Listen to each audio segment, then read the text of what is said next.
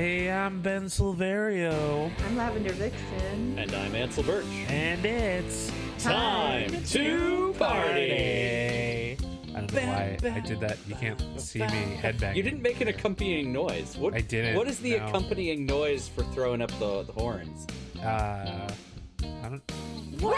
Oh, yeah, there it is. Party people, welcome back to another edition of Time to Party, where, you know, This episode was recorded on October 23rd, That's an accurate 2023. description of what this podcast We are is not about. doctors. We don't And- give and medical all advice. podcasts Please are. drink responsibly. You know, We really stuff. covered the whole genre there. Look at that. Bringing podcasting together as a medium by explaining that stuff happens. Yeah. It's If you're broad enough, anything can be anything. it's the new We Are the World. Time to party. It's the new We Are the World. And this month we've had an incredible guest with us, Lavender Vyxn. Woo! Hi. Hi. How are ya? How ya doing? Oh, your don't you Midwest know? is coming Here. out. I'm from Indiana. I don't know why I said that. Yes, it has been phenomenal having the wonderful Lavender Vyxn on to talk about the new Amazon Prime Video original movie, Totally Killer. You can watch it right now if you have Prime Video, and let's face it, because you probably order way too much from Amazon all the time, yeah, you have it. Yeah. There's a very good chance that you have it. Hey, Bezos is stealing so much from the world, you might as well use this thing he just made. Yeah, it's true. But luckily, this is a real good movie, as we pointed out in the second episode with our review. Yes, we are at our third episode of the month, which means that we are going to give you some edutainment. That's where the sound effects would go if we had sound effects. I can put in a sound effect. Wow! What was that tune that you just jingle, or what was that jingle you just sang? I think that was The More You Know. Ba, Oh no, ba, The More You ba, Know is ba. ba ba ba ba. Yeah. But the other one is something too. It sounded Anyway. like the Oh man. ABC or dun dun dun dun. Yeah, I know. I'm with you. The ABC Productions. ABC production. Yep. I can see the peacock. You know. Well, that'd Yeah, be like NBC, wouldn't it? that's NBC. Oh, NBC. But no, but I think it is ABC because I think I remember it from the end of Scrubs. Anyways, Talk about Mandela effect. Talk about a bit Mandela effect. are you going to talk about the Mandela effect? Is that That's a I mean, great I can. segue. Okay, I didn't do any research onto the Mandela Oh, yeah. effect. But I can tell you, I did some research on the Mandela effect a few years ago for a different podcast because we did an episode about it, and that was for comedy purposes. So I was making jokes, and I don't remember it super well. But here's what I got: as they laid out in the movie, the Mandela effect is based around the originating moment was when a great many people thought that Nelson Mandela died in prison. Just lots of people thought that's what happened, and it's not. That's not what happened. He lived after that and did other stuff, and yeah. So while this movie poses it as a indication that something has changed due to time travel specifically, most people just think that the Mandela effect is evidence that you were in a different dimension or the dimensionality has changed somehow. Time travel would be a reasonable assumption for why that would happen. But yeah, so it's frequently looked at as evidence of multiple timelines or multiple overlapping dimensions. People also point to the Berenstain Bears, which many people remember from their childhood as being the Berenstein Bears. Including myself, I would have sworn it was Berenstein and not Berenstain. me too? Berenstain? It's Berenstain, A-I-N. News Because to me. The Berenstain Bears were meetable characters at Dorney Park when I was a kid. Mm-hmm. And so they had like attractions, you know, and I could have sworn like actually seeing in print, like meet the Berenstain Bears. But I guess not. Yep. My favorite instance of the Mandela effect is Sinbad in the Genie movie. Yeah. Which was is definitely a thing that happened. I remember that too. At what point did our timelines diverge? You know, there's gotta be something. You know, because I think Kazam is the one that gets us all confused. Because Shaq did a genie movie called Kazam. Yes. And then Sinbad did a movie at the same time that probably threw us off. Look at this. You can even Google suggested Sinbad genie movie to me. Yeah, people remember Shazam as a 90s genie movie starring Sinbad. But no such film ever existed. Oh, Sinbad. What's that dude doing these days? I wonder if he's in the sequel to Good Burger, which they made and no one was asking for, really. But I don't know. I'll watch it. oh, I'm still going to watch it. I mean, like, I didn't ask for Zoe 102 either, but I still watched it. Oh, yeah. What a deep cut. Yeah. Have you seen it? Because the ending is unhinged. Zoe 102? Yeah. I have not. Okay, Ansel. There was this show on Nickelodeon called Zoe 101, starring Britney Spears' younger sister, Jamie Lynn. Okay. And she went to this like prestigious academy for high school that was basically a boarding school. And it was all these kids like basically living on a mountain on the side of the ocean. And it was super nice and idyllic and everything, right? And it was just like a teen show, you know? So it ends, and they come back like not a few years later. What? It's been at least 20 years. Has to be, right? So they're revisiting it, and there's a part in the new movie where one of the characters is a murder podcaster, and they're investigating a serial killer, you know, in the area where their school was. So, Wow. they say that Zoe's boyfriend, who's not really her boyfriend, who is really an actor that she hires to pretend to be her boyfriend, so that she can make Chase jealous. Chase was an old love interest.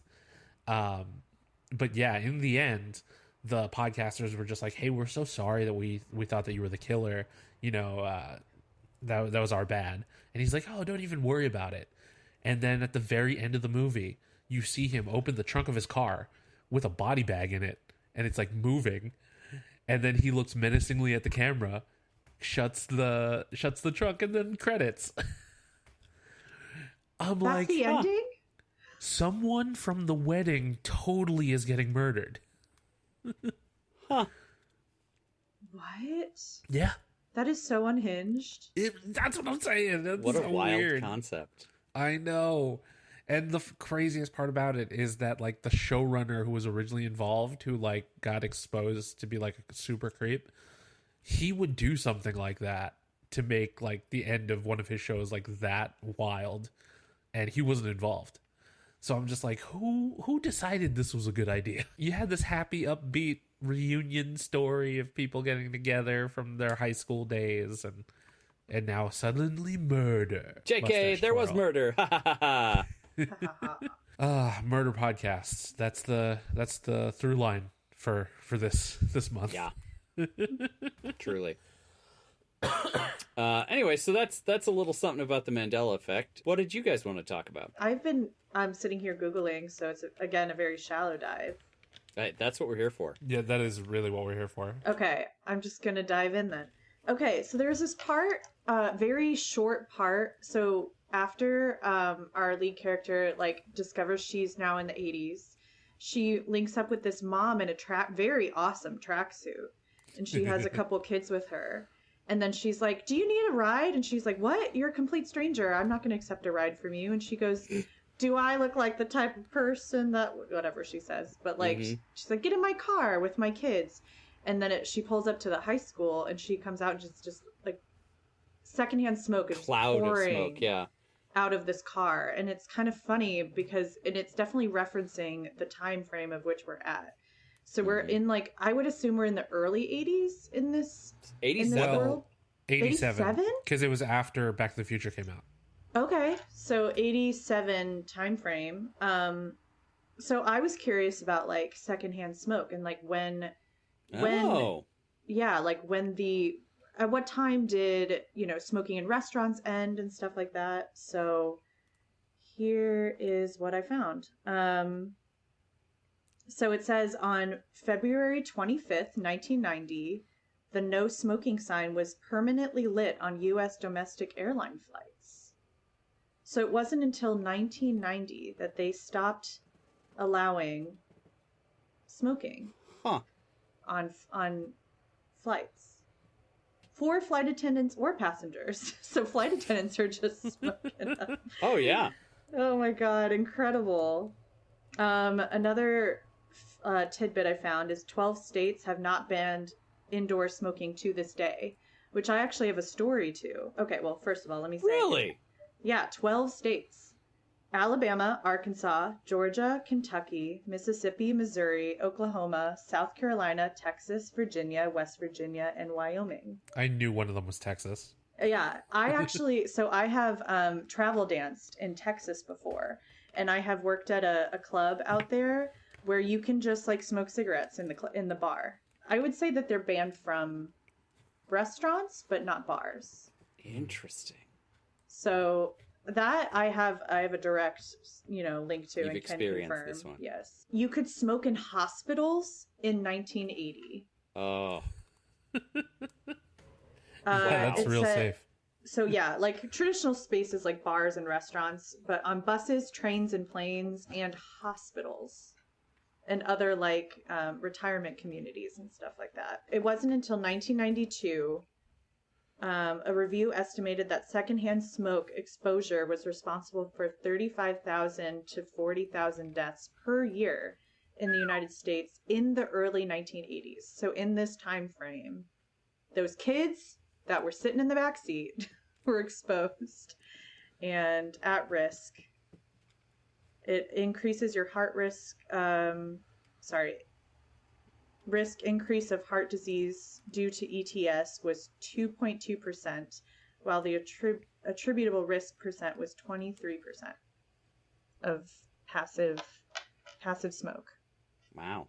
So, Interesting. dang. Yeah. It was such a small moment, but it really, like, I remembered it being like, yeah, we just kind of all just stopped talking about that. I remember when the UK banned smoking in pubs. Did you spend time in the UK? I was there when it happened in 2007. Wow. Okay. Yeah, and everyone was very mad about it. I imagine.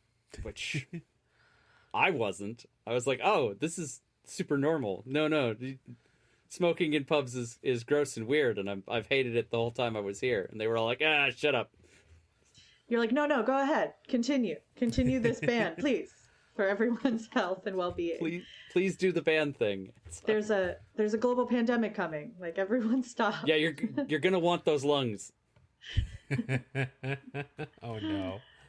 So I'm guessing, Ansel, you never had a smoking phase. No, weirdly, of the dumb things I've done in my life, that's not one of them. You didn't grow up in Indiana. I also did not have a smoking phase because I have asthma, so it never appealed to me. That makes sense. But Lavender, I feel like you must have smoked cloves. Cloves? That was such a read. Wow.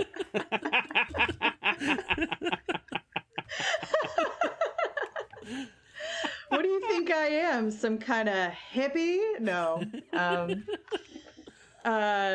No, I did have, when I was, in my teens, whenever I go to like house parties, very few times that I would get invited to house parties. I was a very serious dancer, let's remember.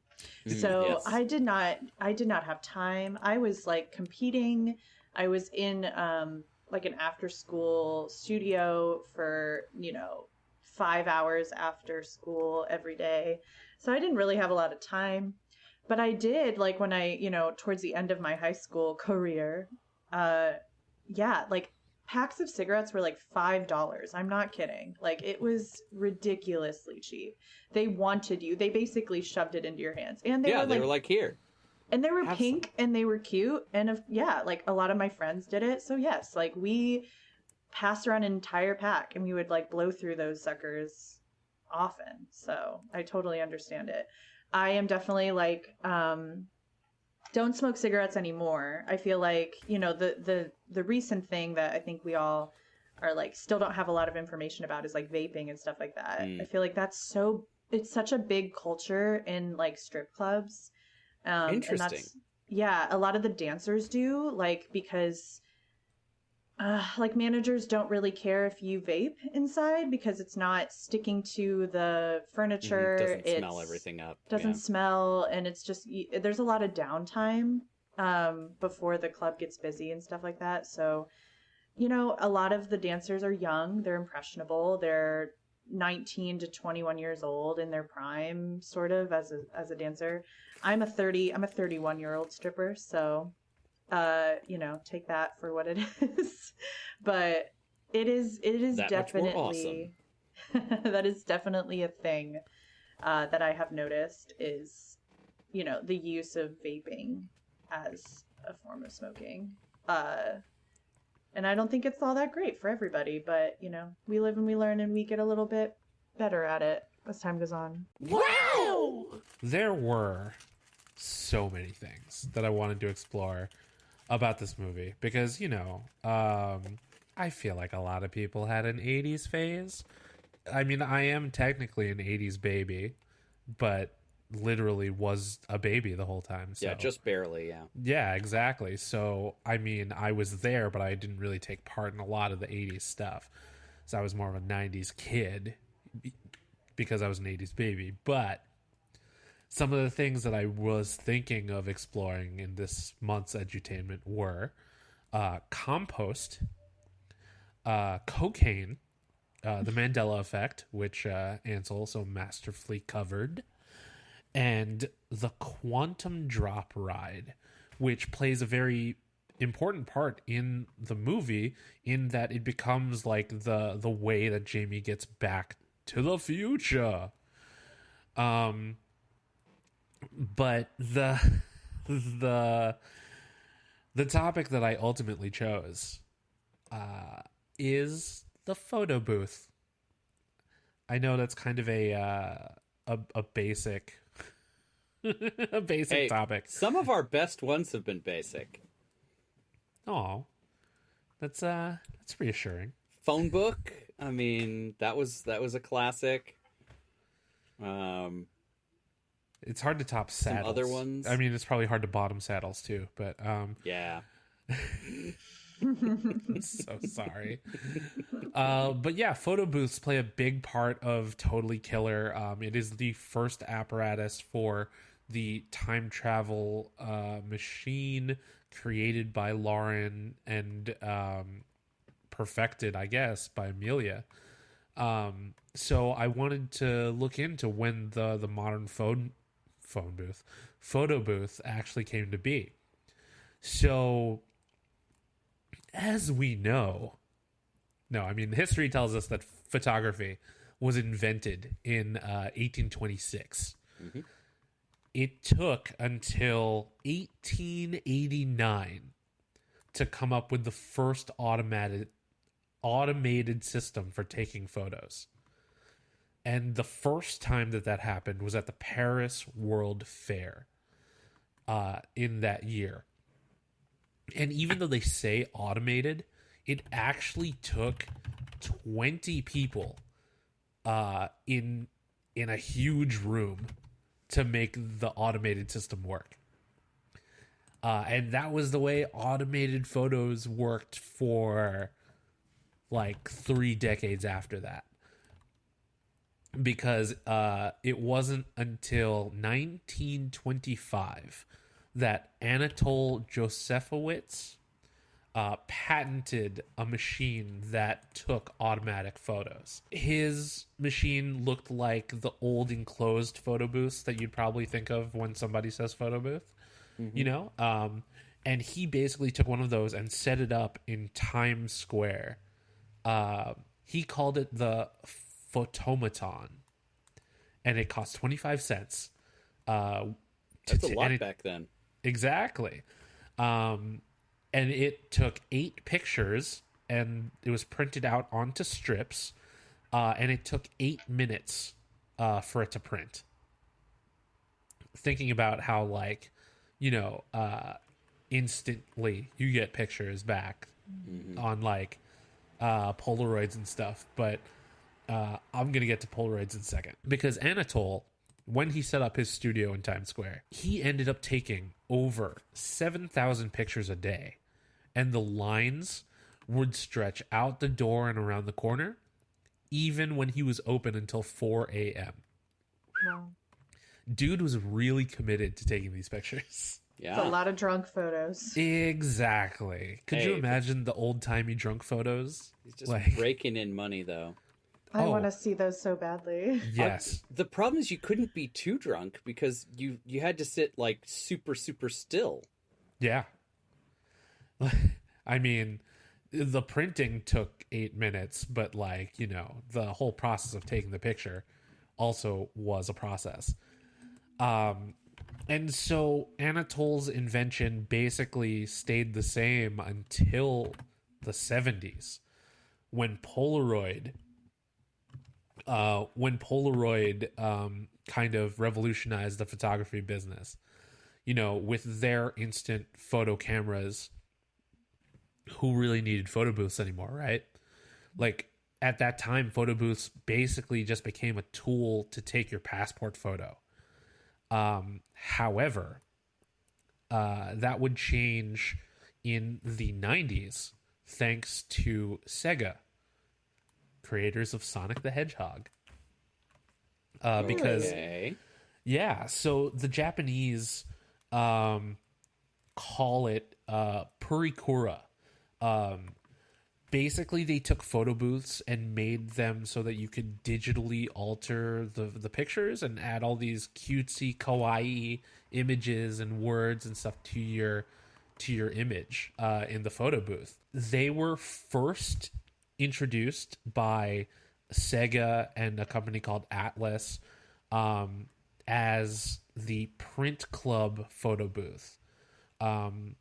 And it was first introduced to, like, video arcades in 1995. It was basically a cross between the traditional photo booth and an arcade game. And there was, like, a series of, like, different backdrops and borders and icons, text writing. You could even change, like, your hair and the lighting effects.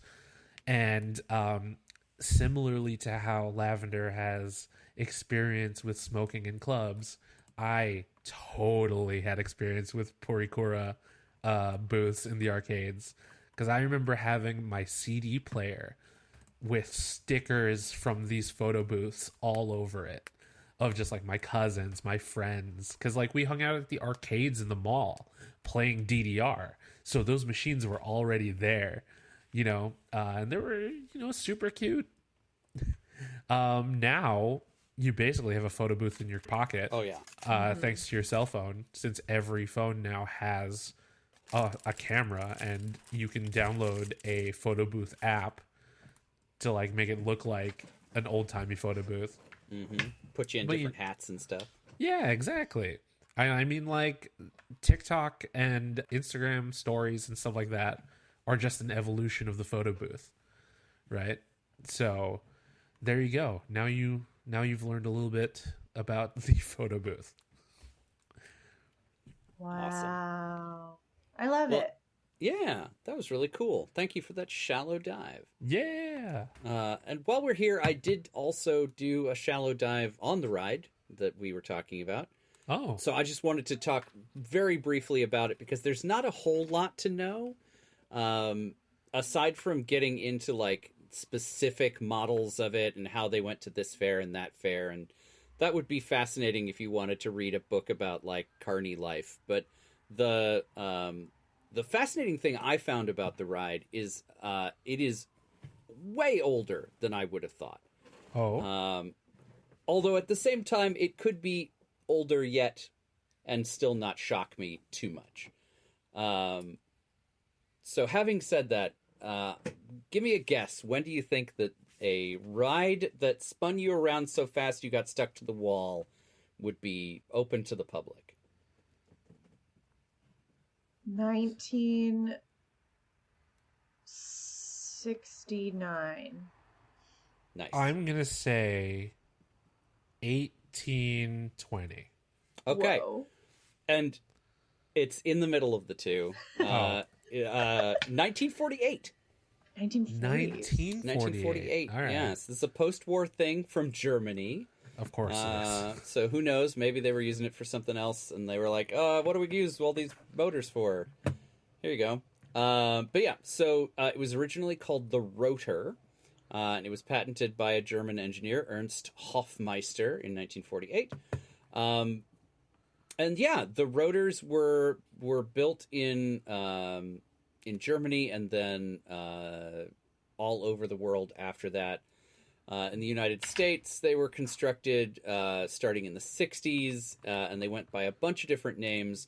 The one we would all recognize is the Gravitron. That's what it was. Yep, the Gravitron was commonly made and easily available all over the United States. It went by a bunch of different names, including Starship, with a bunch of different numbers after it, 2000, 3000, 4000, Area 51, Starship Area 51, and so on. But yeah, ultimately, the ride has not changed all that much since the 1940s, with the exception of like different materials for construction. And I'm assuming different kinds of motors, I would hope. But yeah, ultimately the process inside of just like, yeah, this thing spins you around fast enough that you get stuck to the wall has not significantly altered in all that time. The scariest version of that ride is when the floor drops out from under you. Yes. Like, yes. That is definitely the version that I was afraid to go on as a kid, you know? Because, you know, you just have kids sticking to the wall of this thing. Have you ever done that version? I feel like I must have. I don't remember if I ever did. I don't think so. I don't remember. I think I would either. remember that. That's a pretty life-altering moment. And that must have been one of the bigger parks. That must have been like a Kings Island or potentially maybe like Hershey Park or Dorney Park. Yeah, because there's no way the ones that they like put on a truck and drag back and forth across the U.S. are doing that kind of shit. Oh, but the ones that's how you kill all the children. Well, true. But even the ones that don't like have a roof to look like a spaceship, where it just looks like, you know, I don't know, construction equipment, basically. Yeah, basically. Mm-hmm. Where you just have like poles to hold on to. Holding on for will your sheer will. Oh yeah. But I also remember The Simpsons had a bit on this ride where it must have been Bart, where he would like go on the ride and like spit, and then it would fly back on the person next to him. And physics. Anyway, kind of hard to do a casual beige on the Gravitron though. It would be hard to do a casual beige on the Gravitron. You'd have to be very fast. I mean, and then when you come, it swings around and hits the person next to you. Oh yeah. Ben is dead. Ben has left the building. Wouldn't not sanitary, but wouldn't the polite thing to do in that situation be to swallow? One would hope.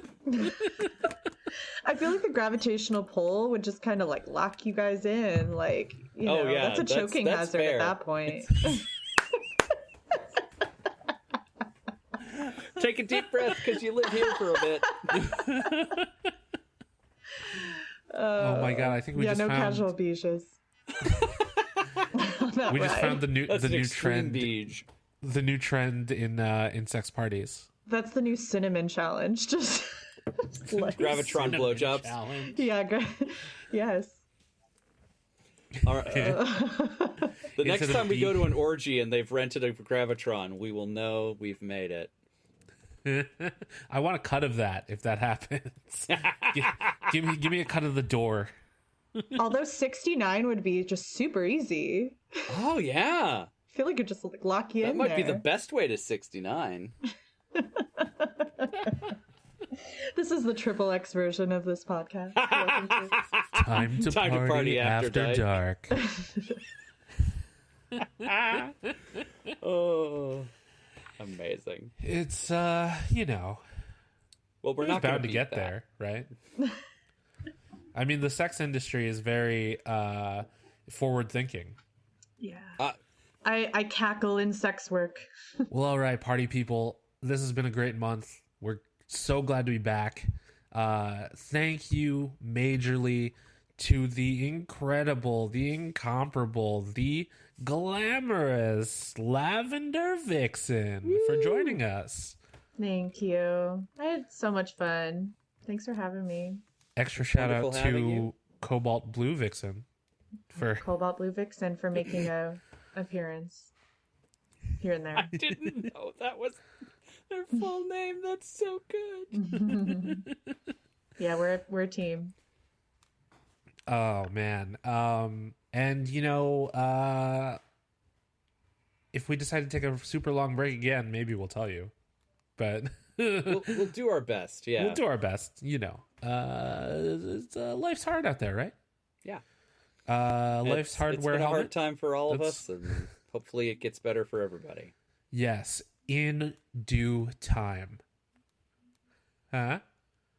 I got it. That was a slow burn. There it is. Ah. All right. If you want to join in on the conversation, you can find me on the internet. I'm at bsilverio20 on Instagram, X, Threads, Blue Sky, Carrier Pigeon. I'm Lavender Vyxn. You can find me on Instagram and see a lot of photos and shows if you're a Chicago native or local. It's at Lavender Vyxn. That's VYXN on Instagram. I am at The Indecisionist on Blue Sky and all the meta properties. This has been an Indecisionist production. Find more information about the show, show notes, and full transcripts of every episode from Season 3 at indecisionist.com. You can join in on the conversation by using the hashtag on places that still use hashtags. Time2Party, that's time the number 2 party. As well as Time the Number 2 Party, all spelled out, thanks to work. Who knows what the future holds? We certainly don't. But as we try to figure it out, remember to be excellent to each other. And party on, dudes.